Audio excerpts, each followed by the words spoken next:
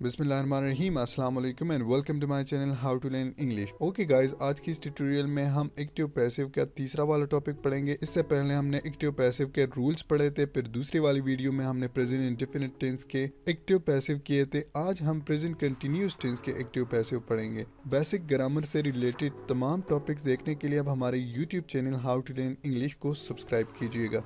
Okay guys, active passive और present continuous tense.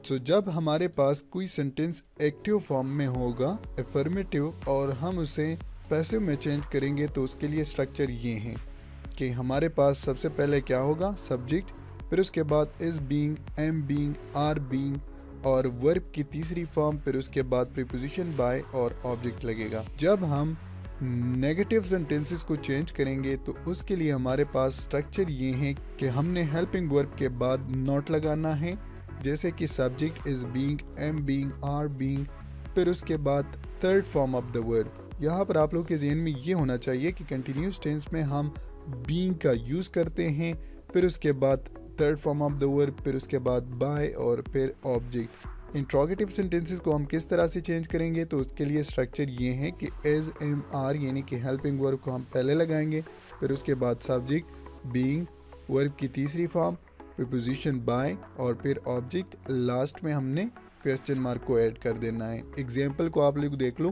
Present continuous tense का हमारे पास एक सेंटेंस है कि he is eating an apple. अब जब हम इसे चेंज करेंगे तो रूल्स आप लोगों को याद होंगे कि हमने पहले क्या करना है, ऑब्जेक्ट को लेके सब्जेक्ट की जगह पर, फिर उसके बाद सूटेबल हेल्पिंग वर्ब, फिर उसके बाद third form of the verb और फिर ऑब्जेक्ट। जैसे कि एन एप्पल जो है हमने यहाँ पर आप लोग देख लें, पहले वाले लाइन में हमारे पास ऑब्जेक्ट जो है वो हमने सब्जेक्ट की जगह पर, फिर उसके बाद suitable helping verb is being लगा दिया, फिर उसके बाद का थर्ड फॉर्म जो है वो ईटन है तो हमने ईटन लगा दिया, फिर उसके बाद बाय और ही का जब हम ऑब्जेक्टिव केस लिखेंगे तो उसमें हमारे पास हिम आता है।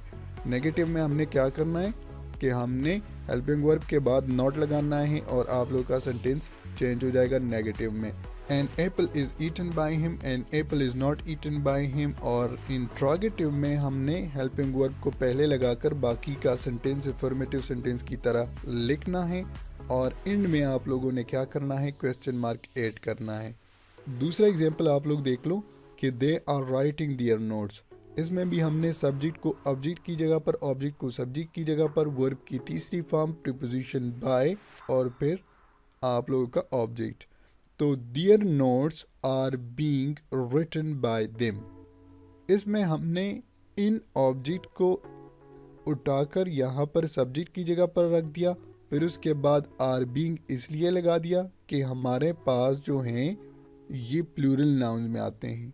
सो आर बीइंग लगा दिया, फिर वर्ब की तीसरी फॉर्म, फिर प्रीपोजिशन बाय और ऑब्जेक्ट। नेगेटिव बिल्कुल आसान है कि हमने हेल्पिंग वर्ब के बाद नॉट लगाकर इसे नेगेटिव में कन्वर्ट कर दिया है। इंट्रोगेटिव के लिए हम हेल्पिंग वर्ब को पहले लिखेंगे, फिर उसके बाद their notes being written by them, तो आप लोगों का सेंटेंस चेंज हो जाएगा इंट्रोगेटिव में। अब आप लोगों की प्रैक्टिस के लिए ये सेंटेंसेस हैं, इस पर आप लोगों ने प्रैक्टिस करनी है, अफर्मेटिव से लेकर इंट्रोगेटिव तक चेंज करनी है।